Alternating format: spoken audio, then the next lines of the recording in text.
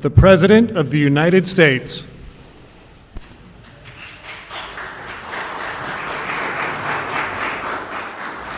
Thank you. Well, thank you very much. Please. Very nice. Thank you. Big day. It's my pleasure to welcome you all to the beautiful, great White House and to host this magnificent showcase of America's incredible small businesses. I just got to witness some beautiful product. Today we received outstanding news from all over our country, really.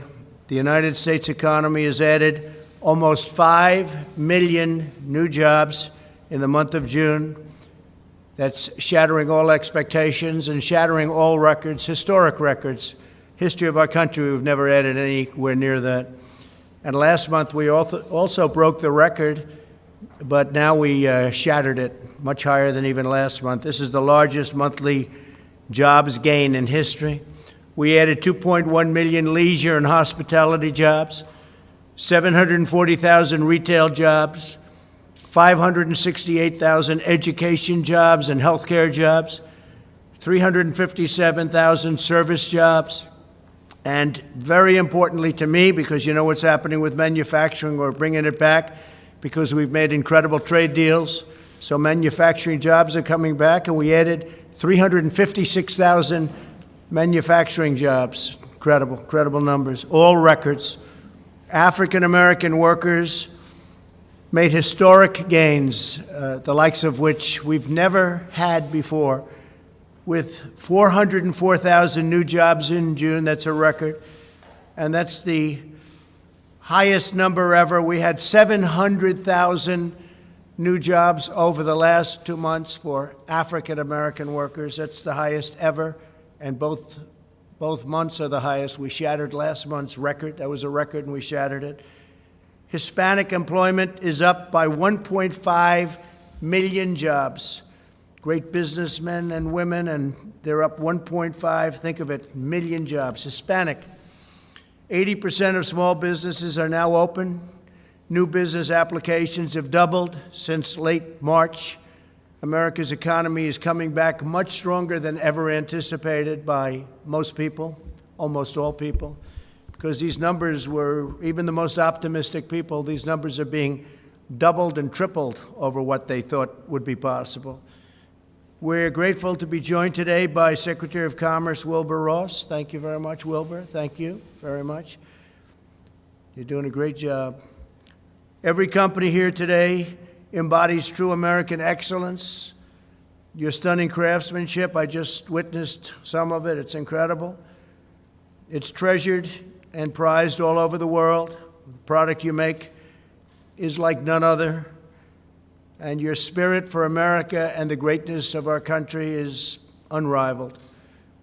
With us are workers who make decorative American flags from Virginia, fly fishing reels from Florida, grills from Illinois, pies from North Carolina look very good to me, coffee from Oklahoma, ice cream from Maryland, and sunscreen and baseball bats from Texas.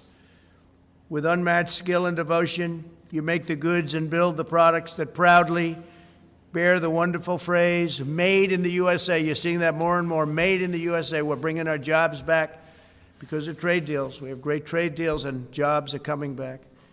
And we have a lot of great trade deals right now under negotiation. We got to get them done as quickly as possible. The small businesses represented in this room continue a great and noble American heritage. You're entrepreneurs, artisans, creators, craftsmen who forged your own path, made your own products, and provide good-paying jobs for our citizens. Incredible jobs, incredible people, and they truly are artisans. And you're doing it all with American hands, American heart, and American pride. Several of these companies are entirely veteran-owned and operated. Especially as we approach Independence Day, I want to thank the courageous men and women who've served their country in uniform. We vow to honor your sacrifice by forever defending the rights, freedoms, and principles you risk your entire life to defend. Following the arrival of the plague from China, that's what it is. It's a plague, and it should have never happened. China should have never let that happen. But China did allow it to happen. We had just signed a brand new trade deal, and the ink wasn't even dry when this came over. But we raced into action to save our nation's small businesses. We passed over $3 trillion in historic relief measures. $3 trillion, think of that. Including over $670 billion for the Paycheck Protection Program, a tremendous success, as you can see by the numbers, to keep small business workers on the payroll. I signed a bill providing federally funded paid sick leave and paid family leave for American workers, things that have never been done. We're allowing businesses to defer paying their income tax, and we expanded tax refunds very substantially. Thanks to our efforts and the incredible resilience of our nation's small businesses, and I really think we can add the foundation that we built. We built the greatest economy ever built, and that foundation was so strong that instead of coming weakly back or going in the other direction, because this is coming back and we haven't totally succeeded yet, we will soon, but we haven't killed all of the virus yet. And yet you look at these numbers, and that's based on a very strong foundation that we built, a foundation like no other, a foundation that had we not been attacked by this virus, this horrible virus, we were doing things and had things planned that nobody else had ever even thought of. Paying off debt, building numbers, the likes of which nobody's seen.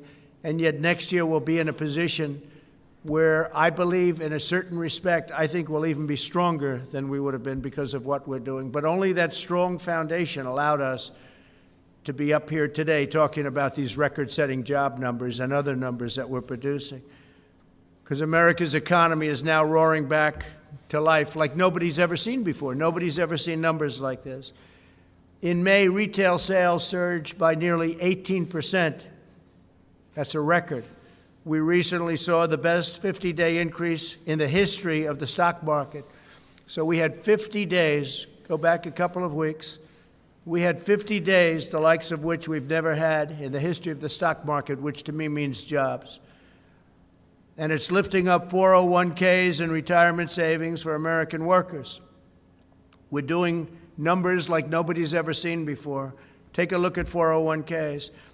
In a pandemic, we're almost even with where we were before the pandemic started, and nobody would have said that was possible, nobody at all. We built the greatest economy in the history of the world, and we are now doing it again. And I think we'll do even better the second time than we did the first time, unless somebody comes along and says, let's raise taxes on everybody. And they're raising taxes not only on corporations, they'll just go to another country and they'll do just fine. But they're raising taxes on people and middle-income people, and they're losing jobs. So you can't allow that to happen. That will be all of this incredible job that we've done will go down like that. It will be a terrible, terrible sight. It might even be a 1929 situation, so you have a chance to have the greatest numbers in history. You're almost there. We're almost back to where we were from the standpoint of the stock market. Think of that. But you'll have a crash like you've never seen before. You put the wrong person in office, you'll see things that you would not have believed are possible. They want to raise taxes. They want to raise regulations. You know, a big part of what we've done is by cutting regulation. We've cut regulation more than any president in the history of our country, whether they're there for 4 years, 8 years, or in one case more than that. Nobody even came close. And we're doing much more. We have regulation, but it's proper regulation, not strangulation. We're also tapping into the talent, genius, and the drive of our people to kill the virus. We're speeding the delivery of new treatments, including antiviral steroids, convalescent plasma, and other therapies. We have therapeutics that are really, really looking good. And this includes 2 drugs that have proven effective, remdesivir and dexamethasone. Methasone, which is having a tremendous trial, and we'll see how that all happens. But we have 3 vaccine candidates. We've had many more, but 3 are really, really looking good, and I think you're going to have an answer to that very soon. 3 vaccine candidates are now in trial, with 3 more to start very shortly. These are all great companies. They've had tremendous success with other problems in the past. And we're accelerating production through Operation Warp Speed. Plus, we have our military ready so that should we get, whether it's therapeutic or vaccine, our military is ready, logistically ready. These are the best in the world to get it out to everybody as soon as we have it. And we think we're going to have it soon. As we prepare to celebrate the 4th of July, let us renew our devotion to this nation, to its citizens, and the eternal values that define our past and shape our future. I'm going to Mount Rushmore on July 3rd. We're going to have a tremendous evening. It's going to be a fireworks display like few people have seen. It's going to be very exciting. It's going to be beautiful. They've been wanting to do that for years, fireworks. They used to do it many years ago, and for some reason they were unable or unallowed to do it. They just weren't allowed to do it. And I opened it up, and we're going to have a tremendous July 3rd, and then we're coming back here celebrating the 4th of July in Washington, D.C. And I want to also thank all of law enforcement. The job you've done is incredible. We signed a bill. You play with our monuments or our statues, you go to jail for 10 years. It's amazing how it all stopped so fast. Stopped so fast. We let the local authorities handle it as long as possible, but ultimately, we said, let's step in, and we stepped in, and it stopped. 10 years in jail if they do what they were doing. So we're very proud of law enforcement. We want to thank law enforcement. Really great job. Our military has been incredible.